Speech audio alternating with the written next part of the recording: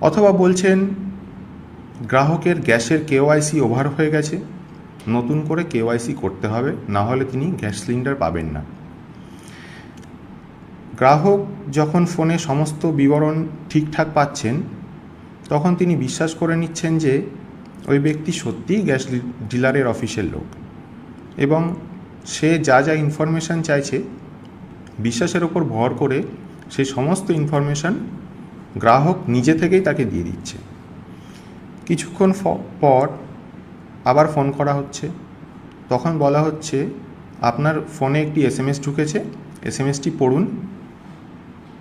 মেসেজের মধ্যে ওটিপি লেখা থাকা সত্ত্বেও আমরা অসাবধানতাবশত মেসেজটা পড়ছি, তাতে জালিয়াত ওটিপি পেয়ে যাচ্ছেন এবং গ্রাহকের অ্যাকাউন্ট থেকে টাকা তুলে নিচ্ছেন। এই ধরনের কোনো